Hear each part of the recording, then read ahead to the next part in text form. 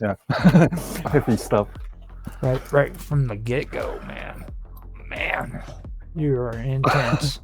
You know I'm only that. halfway through it as well. You are intense. You just Well, yeah. let me okay, so we've got you set up on here. I set up a pretty cool way of doing it on here now. I've got a background and everything for the Minds Roundtable, and I've even got it now to where Remind me, what did I want to talk about? you had. Well, I mean, you were talking about it in chat. I do remember Which that. one? I've been talking about lots of things. Let me make sure I'm right here. I remember you were talking about you were wanting to bring it up in the next. It was just recently too.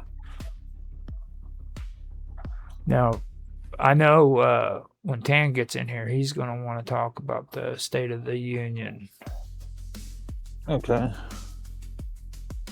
and I can guarantee you that Cromwell, wasn't it? Yes. Oh, no, I just referenced that film. Because I thought you may not have seen, or you may have not seen it for a long time. Oh, okay. So I imagine you would have already seen it. let me scroll. Let me seeing scroll as up it a was produced in little bit. 1970. Let me scroll up a little bit. There might have been. It might have been something beforehand because I know you said that we should talk about this in the show, so I can find it. Okay. Get it straightened out. So that was because the Cromwell they must last week. Yeah. Well, it was a little Was this bit Saturday? after. It was a little bit out. Yeah, it was a little bit after we did the show. And you said it might be of interest to me. Yeah. Okay. I'm guessing you've already seen it before. Yeah, it's been a while. I seen that episode, or Yeah. I was like, wow, that took me back. I couldn't believe that. Yeah, like I said, the last time I saw it was when I was in my early teens, so when I was 13, 14 or something. Now, Tan started talking about crazy shit. He started talking about zombies and stuff, and I think that would be something cool to talk about because it depends on where he's going with the term zombie. You know what I mean with his post. You've infected them. Yes. He's going to talk about brain eating zombies. Well, I think something clicked whenever we had our last show, and I told him about knowing the name of God because that really woke him up, you know, especially when it comes to possessions and stuff. And then when you start talking about the Jews and why they never actually wanted to give God a name, there was a reason behind that. So I think something clicked.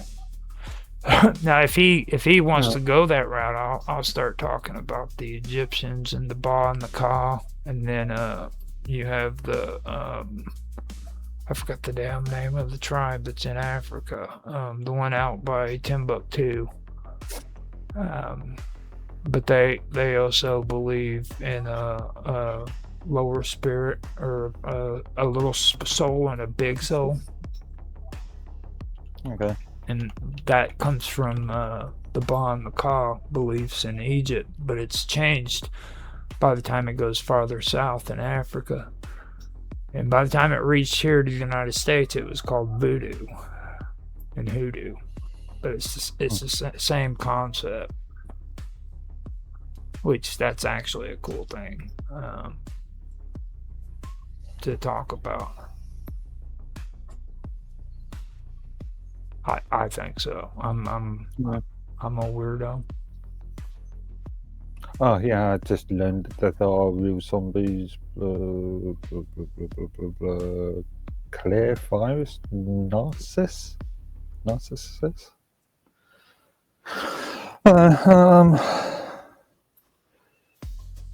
Okay, I have not found Keep it anything. you from the and blah blah.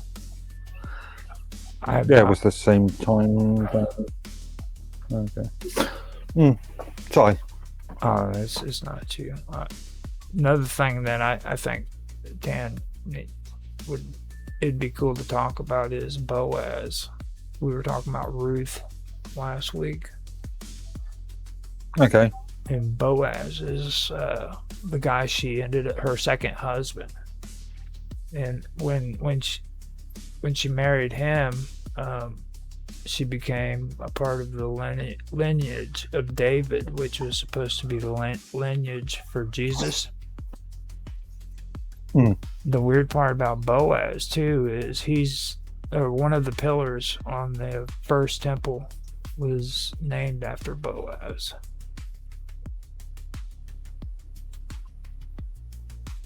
So that was kind of cool.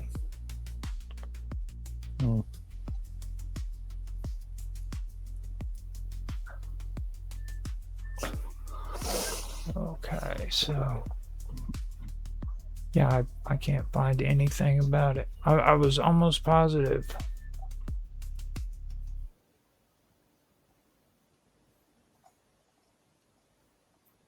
Oh yeah, Tan wanted to interview B at some point too. That was one of His second interview. This would be if he interviews him. This would be his third interview with us on it. Well, it would actually be the first one for Mine's Roundtable, I believe. I've had him interviewed on 2 other shows. We're turning V into a celebrity. Well, he already thinks he's a celebrity. Yeah, he's going to get the red carpet treatment. Yeah. Like every day is the red carpet treatment when it comes to V. Like in V's mind, he's just everything. You know what I mean?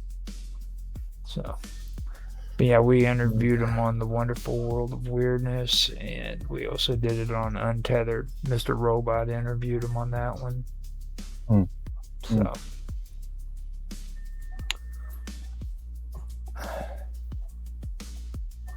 Okay, so these things. Yeah, I guess it wasn't. It wasn't on there. But he did want to talk about the U.S. president's recent State of the Union thing. So I just realised Nancy's nervous system manipulation by electromagnetic fields from monitors. She's talking mainly about this sort of thing comes mainly from cathode tube CRTs. And who owns a CRT these days? Well, I don't really. I've got one down there, but not very many people. With monitors too, like the research that she's talking about happened, well, not a while back, but it wasn't very. Yeah. You know what I mean? There's been changes since then. Now the one. Yeah, she's talking about CRTs. The one thing that stood out to me on that, though, I mean, is the resonance that in that article. It talks about the inventor Hendrikus G. Luce suggests that pulsing the images on these displays at specific frequencies can trigger physical responses through sensory resonance. You see what I mean? So that means, like, if you create a video or something and you use certain frequencies, it can actually trigger a physical response through your sensory. Oh, this is like sensitive epilepsy. Exactly. Concept. Yeah. Fun enough. When was it? It was 2019, 2020. There was a suggestion by, I think, Bill Ottman to actually put overly stimulated videos plays an NSFW, a not suitable for work thing, on overly stimulated videos. Because of light sensitive epilepsy, and I pointed out to him, I found figures to say that there's only something like 80% of people in the US suffer from epilepsy, and only something like out of that, something like only like 10-15% suffers from light sensitive epilepsy. Yeah.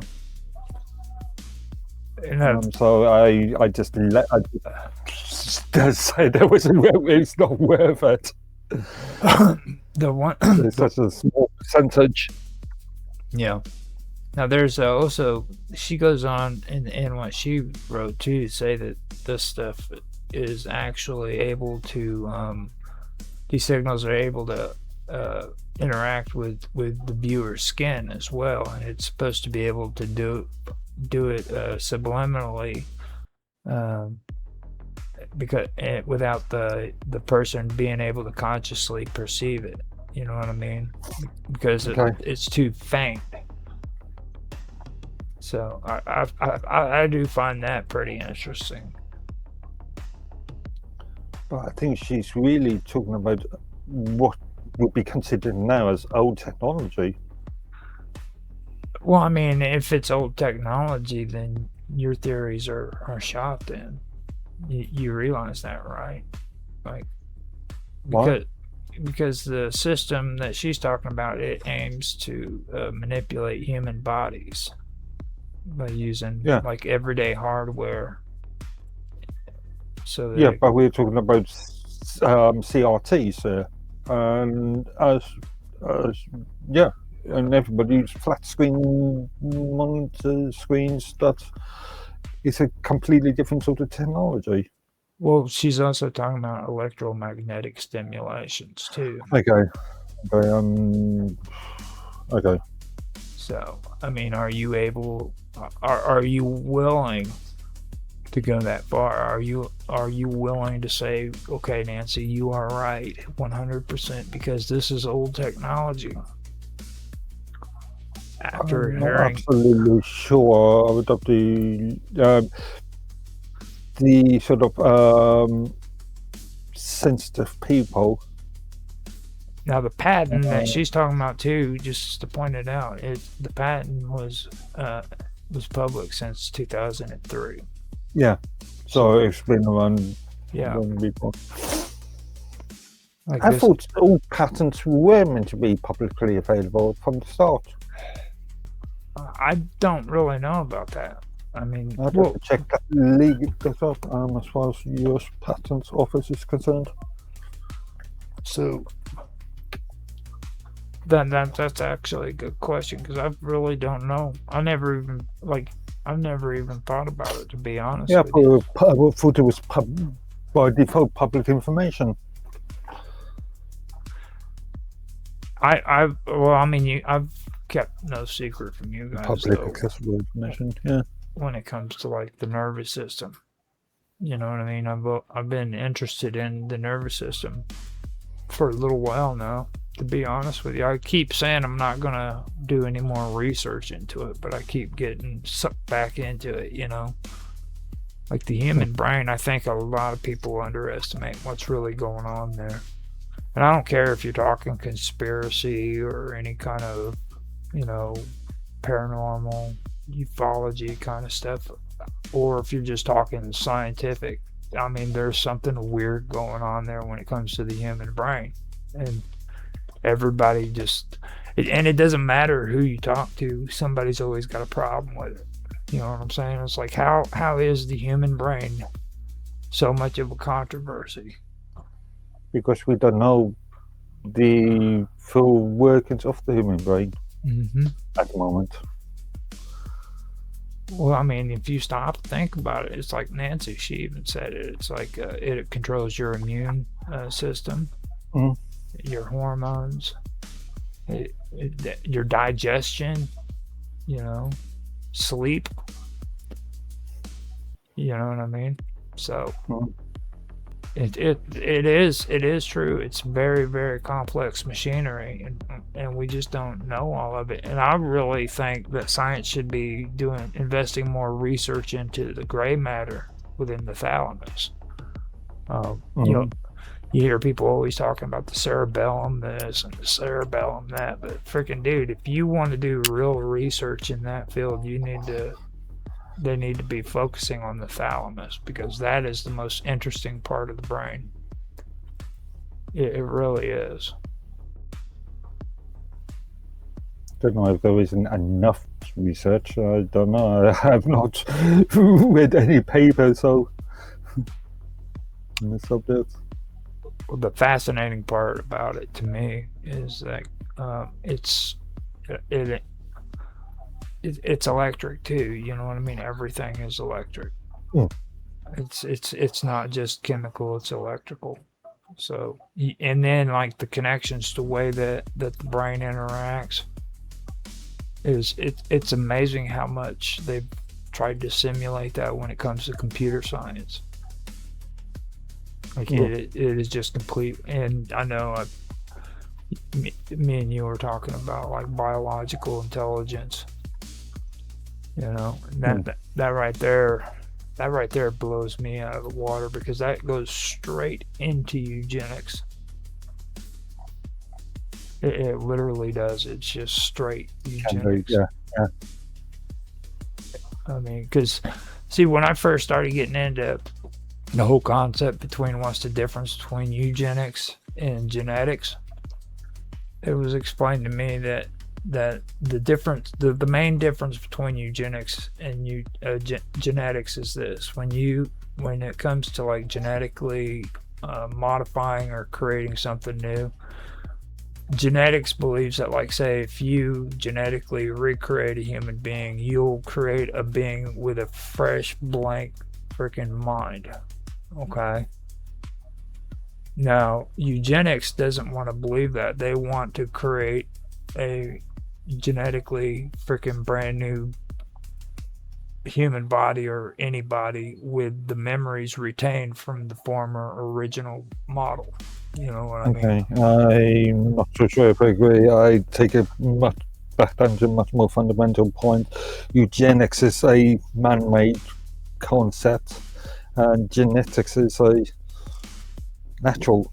Well, let's be serious. You know what I was talking about. You know, come on. Dude. Yeah, I know what you're talking about, but yeah, I'm going to take a much more fundamental stance on this one.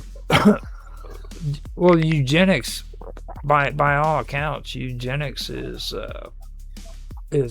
actually having a comeback now. Like a lot of the things people say that are unfounded just mysteriously seem to be popping up in freaking technology now.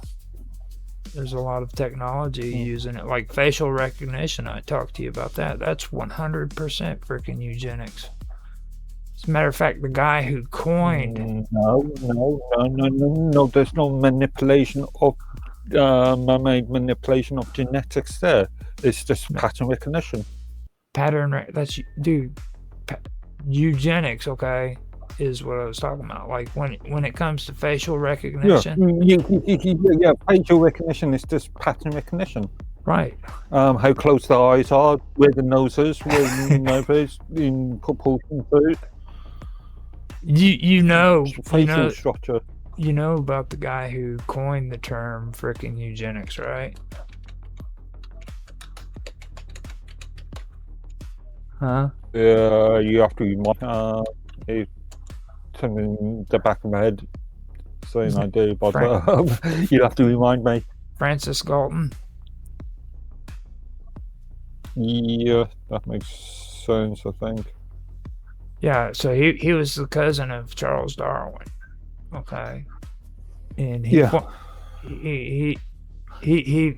the one who formulated the concept of to describe the study of and the social control over agencies that could improve or repair the racial quality of future generations. Now, he introduced the term in his book, Inquiries into Human Faculty and Its Development. Now, when you look at his career, okay, he actually had this this theory where he could actually figure out who was a criminal just by the look on their faces, their facial gestures, or the way they carried themselves. Yeah, I recognize this theory. Yeah. No, I mean this is actually he actually believed this stuff. Okay. Yeah. I have some understanding of this theory. Now, ever since then to this day, freaking people who are into genetics and into science have been trying to squash this theory for quite some time, and they have repeatedly failed to do it because it keeps cropping up and becoming popular. No matter how many times they try to discredit this stuff, they keep coming up with it keeps coming out and becoming popular. Like, have you ever heard of people rubbing somebody's head and trying to determine what kind of a person they are because of the bumps in their head? Yeah, what's there's a scientific term for that? Phonology or something like that. Phonology, yeah, it could be. Phonology. Let me see. I'll see if I can pull it up. Could be, yeah.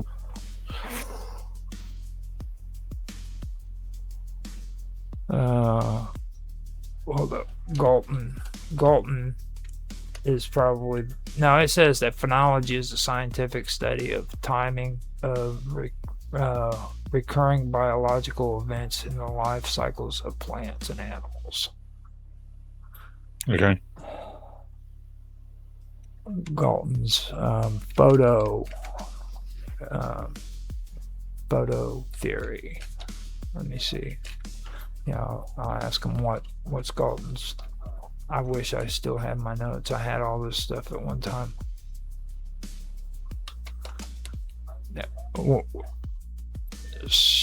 His photo theory is formally known as composite photography, developed in the 1870s. It was his attempt to use the medium of photography as a scientific tool to visualize human types and heredity.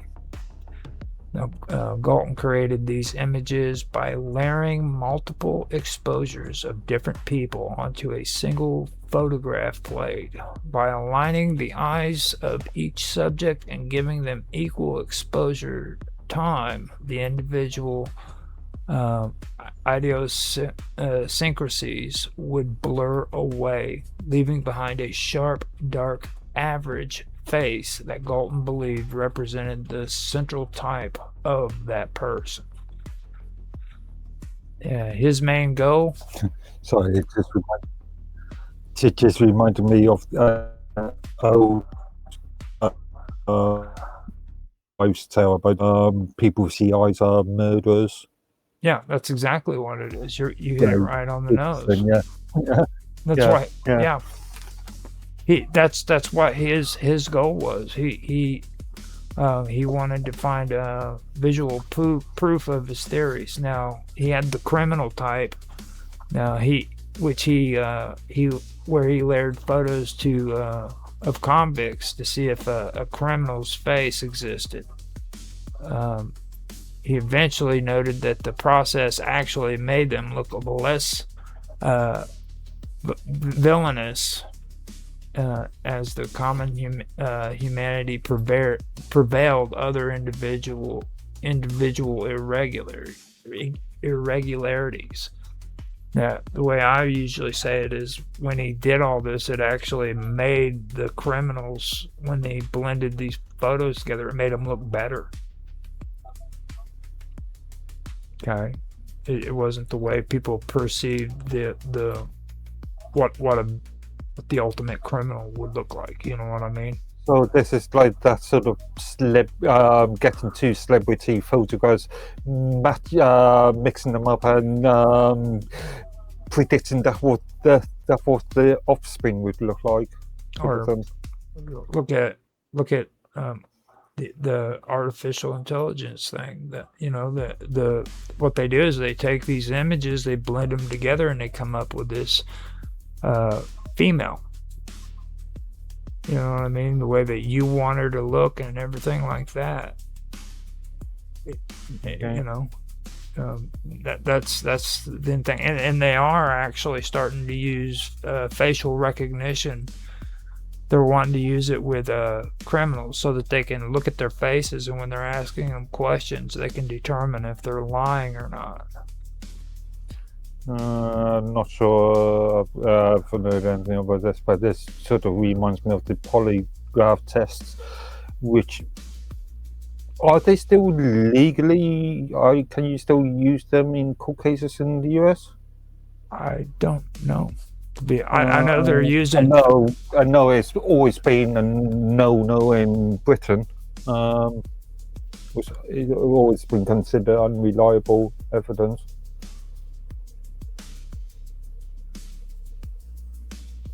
Now, he also goes on with medical diagnosis. He created compositives of patients with tuberculosis to try to identify physical predisposition to the disease. So he believed that if he could put all of these images together, it would show you what a person with tuberculosis would look like. Okay. So... I'm not sure. Well, I've never seen anybody with TB. Again, TB is so rare these days, even though due to the issue of migration into Britain, there has been reports about TB being on the rise again. Yeah. Well, he actually, now the thing about the AI stuff that I was mentioning, the thing of it that really gets weird is like he also made composites of those he considered fit, such as like Royal Engineers and Westminster schoolboys, and that was in order to like visualize health and talent. Okay. And that's my, and this is all eugenics. This is actually the guy who coined eugenics. You know what I mean? Okay. So that's where I come from when I'm talking about like facial recognition and everything. Like it's on a comeback. Eugenics is a big part of freaking like AI and computer science. Again, I'm not sure if I can agree with that point because again, facial recognition is just pattern recognition. That's exactly what they're doing, dude. Yeah, I just explained. Eugenics. I just explained to you pattern recognition before computers were even invented, dude. yeah, but it's a form of yeah. I suppose it depends on what it's been used for. You could use computers to enforce eugenics. Hi, gentlemen. Yeah, hey, agreed. That's what I meant. I mean, I get a kick out of you because like I just literally freaking explained to you the whole process before freaking computers were even. But again, you can't really say facial recognition is closely tied or intertwined with eugenics. How can you not say that? But it could be. There's a lot of possibilities there, gentlemen. This could be a vast untapped resource for eugenicists. Yeah. You know, like you're opening. I mean, it's pretty demonstrable that if you have a high mutational load, this is going to express itself physically. You know, like with asymmetrical faces, with certain physiognomic physiognomy. I think that the physiognomy actually, I mean, it's a meme too, but it does work up to a certain point. I mean, we see people and we can get quote unquote vibes off them, sort of thing. The trouble with eugenics, as I've always said, is we're not smart enough to make it work. And also we've always eugenics all through our history as a race, if you accept the idea of eugenics as a way to make babies. We've always had rules about who's allowed to marry who. You don't marry within your family. Marry out. Sometimes a lot of tribes you have to marry outside the tribe. Just they didn't know it was to keep the gene pool clean, but it was their idea. Well, it has to be done with this ceremony. It has to be with this person. I know there are like Eastern cultures where you're supposed to marry your first cousin, which is very interesting. In Arab countries, even if the cousins are not going to get married, there's a part of it where you have to ask permission of the woman's first cousin. Say, you've got dibs on her, kind of deal. So, and now we've got all this knowledge about the human genome that want to apply to it. But again, all our history has been, we try to do this, but we don't really know what we're doing. And, I've gone on before about today's trait that you might think is not a good one to have from an evolutionary perspective. Tomorrow, it might be a very important gene to have. Because, evolution is not about improving and getting better. It's about being better adapted to whatever the situation is. So, and our bodies do that in the short term. I mean, if you just sit in your parents' basement, I know that's a meme too, but I know people like this, 40 some odd years old, and if you've never had a job, you just sit in the basement and eat tendies and play video games all day, your body is going to adapt to that. It's going to put on a lot more weight. You're going to have all kinds of weird things with your sugar. And you could say if that was the future of the human race, then people that could stand obesity and high blood sugar are better adapted to that life. So eugenics is a can of worms. It's a great idea. I don't think that we're really smart enough to do it properly. I mean, aside from the obvious, you don't want to have first cousins, or better marry. You don't want to have there are things like if you're carrying a child that has Down syndrome, or there's a chance that you're going to have Down syndrome in a child, you might decide not to procreate with that person. As a Buddhist, I can't advocate for abortion or anything like that because we consider that life begins at conception. At the same time, you might very well have the right to do that in your country, but it just said just because you have the right to do something doesn't mean doing it is right. And I would say to someone considering such a course, if it's legal in your jurisdiction, well, there's no problem there. But you have to consider that the karma that will result from taking the life of a sentient being, you cannot escape that karma one way or the other. But as far as facial recognition goes, I have to admit, Raj, I'm kind of in the corner of the smartest guy in the internet here, where I don't see a direct connection. Although I can see where it could be useful if like trying to, classify people. This one, look at the asymmetrical, face. Look at the distorted physiognomy. Look at the behavior. So I mean, we know the brain is like 80% genetically determined. So if you have an abnormal brain. Oops, my alarm went off. If you have an abnormal brain, you're going to have abnormal behavior. So, well, I mean, I just popped in to say hello. I'm actually doing my laundry right now. My alarm just went off. I have to put my clothes in the dryer. I'm trying to get ready. I have to go. My wife has to go to the doctor first thing tomorrow morning, and I said I'd go. So I'm going to have nice, clean clothes and everything for the doctor when I go. Well, I mean, I'm glad you came in and everything. I'm glad you did your input. And I wanted to also point something out because I keep forgetting to do this. I'm not trying to make it pro eugenics or against it. You know what I'm saying? All I'm saying is like when you take a look at the evidence, just take a look at the evidence. You can see it. You can see it there. It's just like with Dawkins, okay? When you were talking right there, it just made me think of what is it? They call it the selfish selfish gene, yeah. The selfish gene. Okay, that is 100% of eugenics, and people today, scientific community even, they eat it up. They're like, oh man, this is good research. And they I don't know if they know it or not, but that's what they're doing. They're delving into genetics. Just on the point, can we just stay away from the scientific community? I mean, these are individual scientists that may or may not agree with each other. They're not a community. I don't know what else you'd call them. That's a good point. That's a good point because, you get a vocal minority that says, we're speaking for the scientific community, where dozens of scientists say that's complete bullshit. And it's I'm thinking of astronomy, which is a little less of a hot topic, but I'm thinking of Sir Fred Hoyle, who was one of the opponents of the Big Bang Theory. And I mean, yeah, Big Bang's an interesting theory, and it's widely accepted in the media, but not every scientist accepts it. There are other explanations. Mm-hmm. And he was forced out of his position. He was at an Oxbridge University. I forget where he was. I think he was like plebeian professor somewhere at one point, and he was basically forced out because he wouldn't toe the party line. Or Halton Arp, who doubted the existence of black holes and had like some very interesting theories about quasars.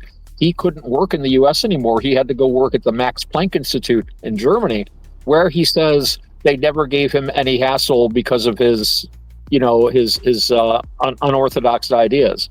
He was just saying, hey, this is my idea. Let's look at these evidences and arguments, and let's draw another conclusion from them.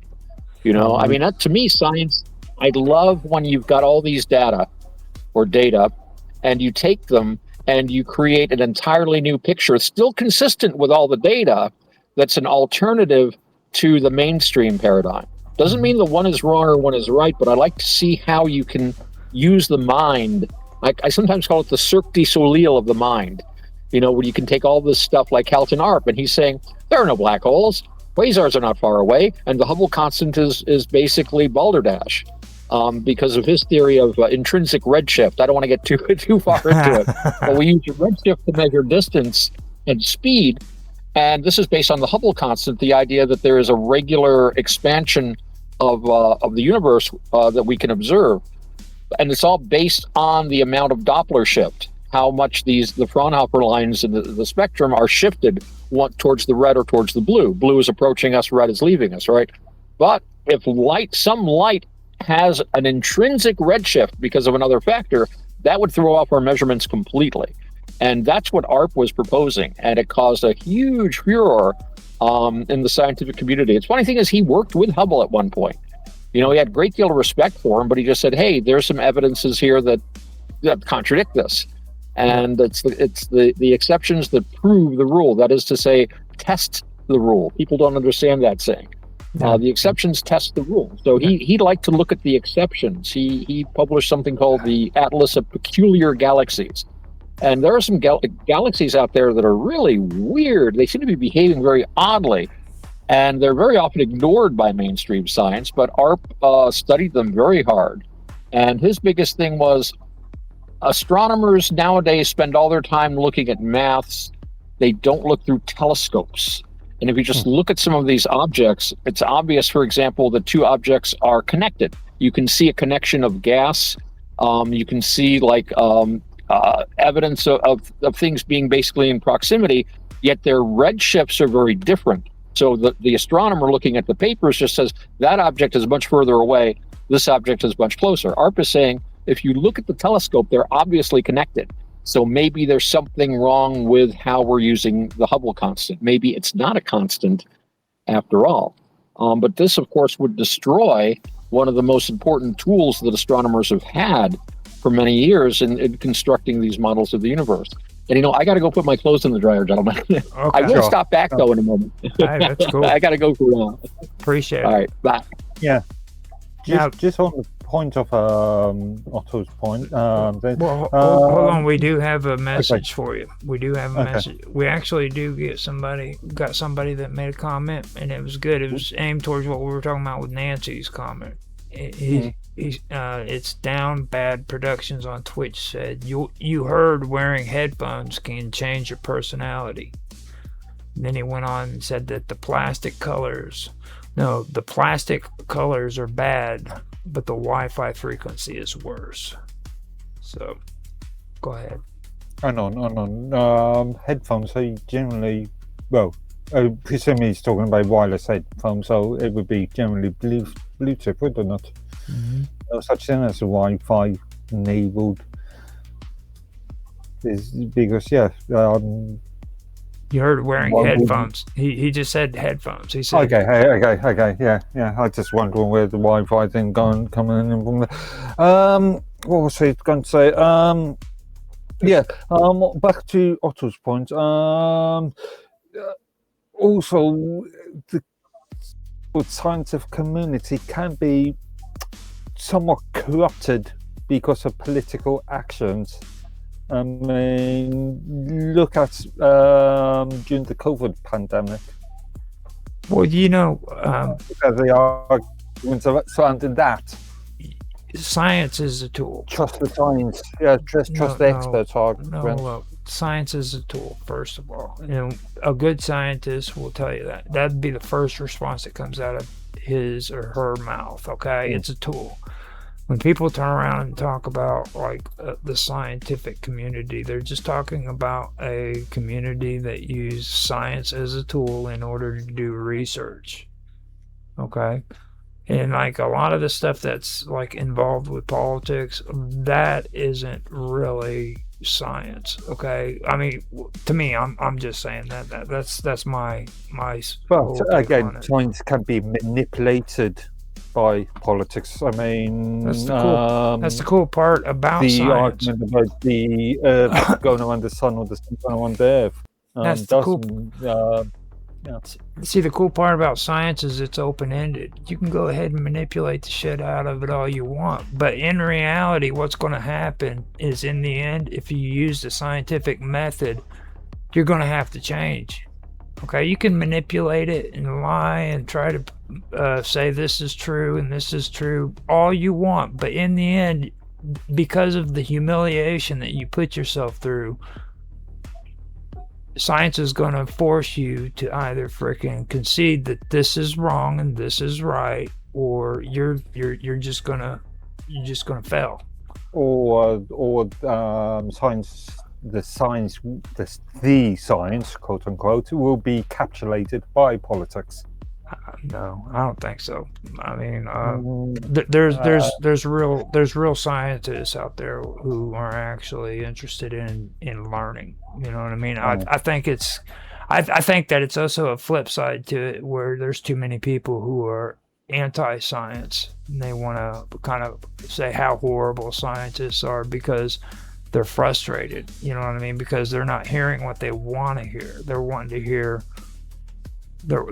hear things that are just completely unscientific, and it's annoying to them. You know what I mean? They're like, why aren't freaking we seeing aliens from Alpha Centauri yet? You know what I mean? Well, that's because we don't have the technology to see aliens from Alpha Centauri yet. You know what I mean? That is, if there are even aliens from Alpha Centauri. The blue sensor. What was it? The blue sensor. The sentient color blue from Alpha Centauri. Hitchhiker's Guide to the Galaxy. That was a cool book. Yeah. I didn't like the movie. I do have to say that. No. The radio production that the BBC did back in just after the book was released is much more truer to the book, or to the books, because it's not 3 books. Yeah, I believe so. 2 books. Yeah. I actually had the BBC radio version, the first book on cassette tape, and the second book on CD many years ago. But it's like, I mean, and I don't get too many chances to really talk about science the way I want to, but I mean, it's kind of like with history, you know what I mean? I think I love both of them. I love history and I love science. I love the fringe stuff. I love going off and getting into the paranormal and the whole thing about ufology and stuff like that too, you know. But there's for people who actually freaking have a rational brain, they're able to differentiate things. You know what I mean? Like, why do you have to have a subject that talks about Atlantis and then say that you have to discredit freaking actual ancient history because you believe in Atlantis now? Why can't you freaking actually be interested in both subjects without freaking one of them conflicting with the other? You know what I mean? Depending on the specific subject matter. You know, I mean, I'm interested in. Yeah. I'm interested in the stories about Atlantis. I really am, but I'm also interested in like ancient history. What archaeologists believe when it comes to ancient history, and I'm interested in what ancient alien theorists believe too. You know what I mean? I'm cool with all of it. I like to sit and do research on all of it. I like to debunk a lot of the ancient alien stuff because I really do find it really humorous when I look at a lot of the stuff that they had on their show. You know, like they would make claims that just were just completely off the wall. You know what I mean? That was never historically ever made. Like they had this one about Pythagoras' father found this funny looking little kid out in the middle of the woods, and he was extremely intelligent, and he brought him home, and this kid was freaking so smart. He was a freaking star child, and he made it to where Pythagoras had to have him as a son, I think, an adopted son, and he guided him through his life and taught him all the secrets of the universe and shit. And I went and I checked to see if that was even if it was even a myth. And there's nothing saying that Pythagoras' father did that, or Pythagoras had a little strange looking kid as a son that was a genius. None of that, you know. I found that that's the kind of stuff I'm into. I like to pick it. There he is. Hey guys. There he is. Can you hear us? Yes. Can you hear me? Yes, we can hear you. Oh, good. I had to explain Ancient Aliens to Mark Edworthy. Seriously? Yes. Well, we were talking about eugenics before you came in here. Okay. So we started talking about facial recognition and eugenics. And, How they relate? Yeah. And then we went from there to talking about science and history and things of that nature. And like for me, I was just telling him, why can't you freaking be interested in all of it? Why can't you be interested in actual ancient history as well as ancient alien theories? And why can't you be interested in real science other than freaking fringe science? You know what I mean?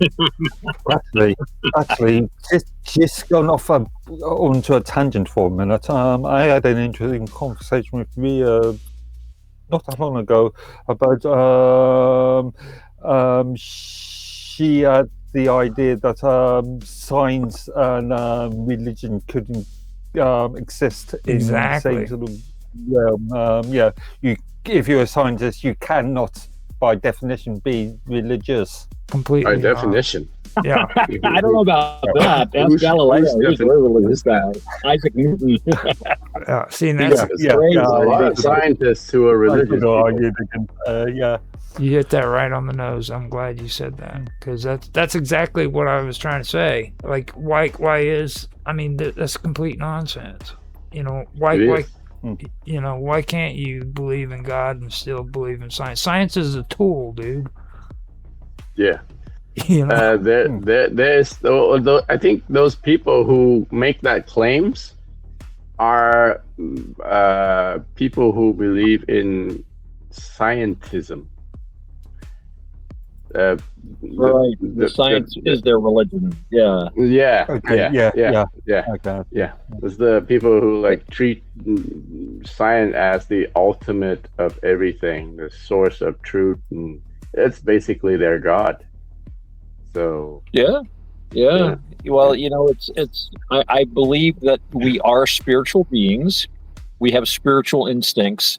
And, I brought up before that classic scene in the comedy show Red Dwarf where they're discussing aliens and God, and the one character says, "Oh, I don't believe in God. I believe in aliens."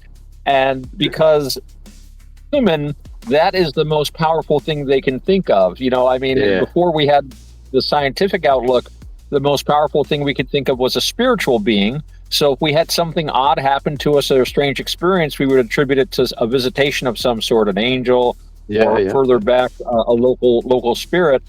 But you can't think that way anymore. So if something really odd happens, well, it must have been a saucer interaction.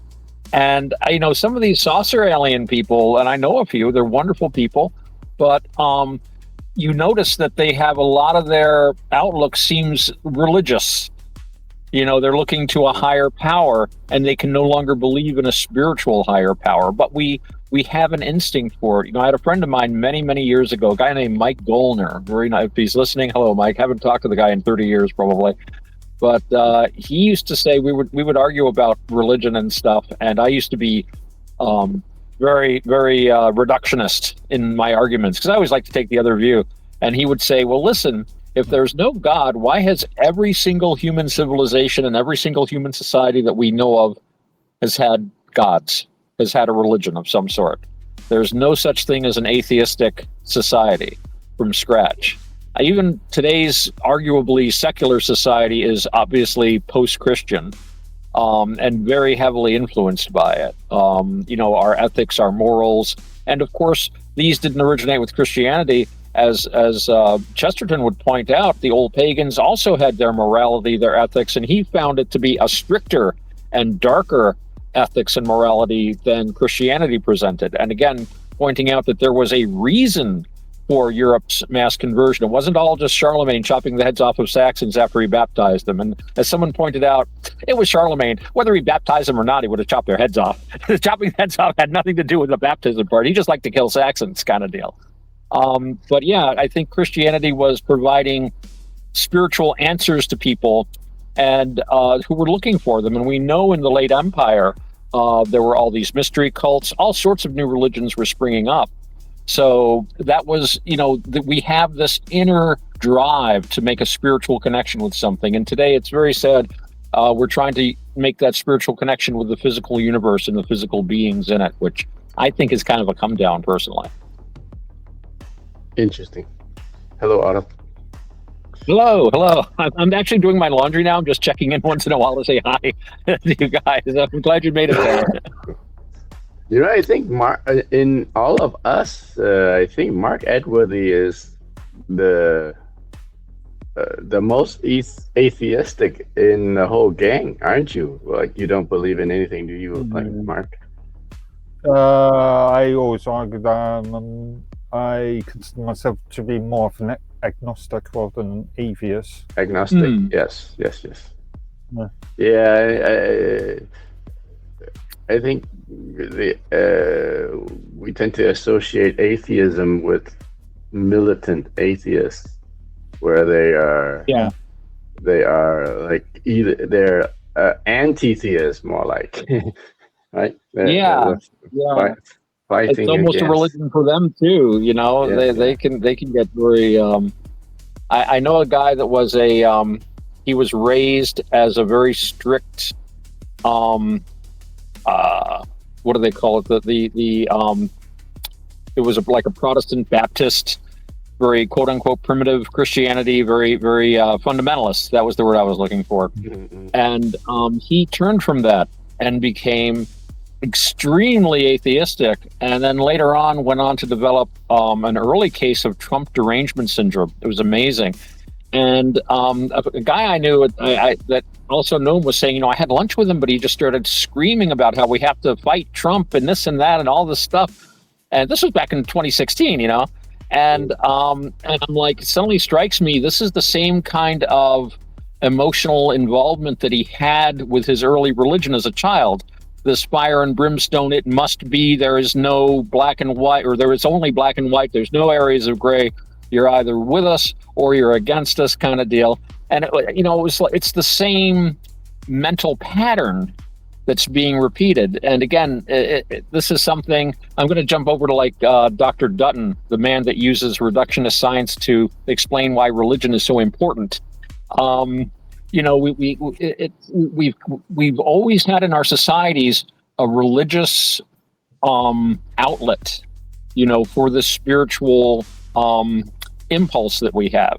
And when the free thinkers and atheists took over and said, we don't need any of this God stuff anymore, we can just party, woo-hoo, no sin, this is great. Right. It removed so much that was there for a reason. You don't build up spiritual and religious traditions over hundreds and thousands of years, and arguably many thousands of years, right? For no reason. It's the same thing we were talking about eugenics earlier, about why you've got certain genes. They're there because they might come in handy sometime. You don't just like get rid of certain things. Oh, well, we don't need. I think, again, I'm quoting Chesterton a lot tonight. He said something about, if there's a wall up, you don't just tear the wall down. You figure out why the wall is there. And when you can tell me why the wall is there, then you can tell me why it's a good thing to tear it down. You don't just say, oh, look, it's a wall, let's just tear this down. Let's just get rid of this prop. Let's just get rid of that. You know, this is freedom, woohoo. But, you know, a lot of the times freedom comes from work. Freedom comes from dedication. You know, it's freedom from things, freedom from the enslavement of your desires, of your what we call them defilements in Buddhism, the anger, you know, the the greed, the delusion. And it's like, you know, if people are naturally good and naturally incorruptible, they wouldn't be able to be corrupted. How do all these perfectly wonderful, noble savages that we all were at one time get together and create this evil society that is supposedly ruining us all from being noble savages? It never made sense to me. But you know, you're familiar with Chesterton, so you probably know in the Christian world, we define freedom as being able to do what we ought rather than doing whatever we want. Right? I like that. That's good. So, yeah. So, and freedom is knowing what we ought to do too. That does free us. Yeah. Rules are really liberating if they're looked at properly. Yeah. So, since you're talking about Trump, you're probably the best person to ask, Otto. What do you think of the recent State of the Union address? You know, I didn't see it yet. I haven't had a chance. I have read some things about what went on. Yeah, actually, I was in the middle of a lot of IRL stuff, I think, at the time. I've had a very hectic life of late. But I figured it would be more of the same. You know, Trump, I used to watch his speeches before he became president again, because it's just he's so funny. I mean, the guy's like a stand-up comic, really. Now that he's in power, it's like, okay, I know all his jokes and stuff, and I know what he's going to say. It's kind of more fun watching him punch up. I mean, he's still punching up in a lot of ways. But I do know from what I saw of the State of the Union, I would say offhand, and I've heard a couple people argue this, that it basically showed up the Democrats as being, you know, very childish. I don't think they did their party any good with this relentless, quote unquote, resist thing.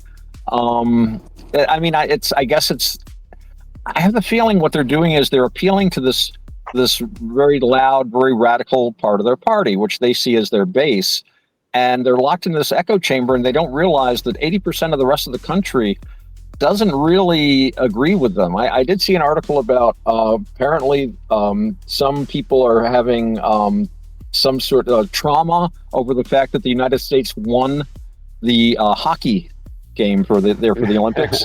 And they were saying it's perfectly normal to feel, you know, cringe and horrified and disgusted by America winning, and all, you know, especially if you realize how bad America is. And it's like, what? I mean, who's teaching people to hate the country they live in?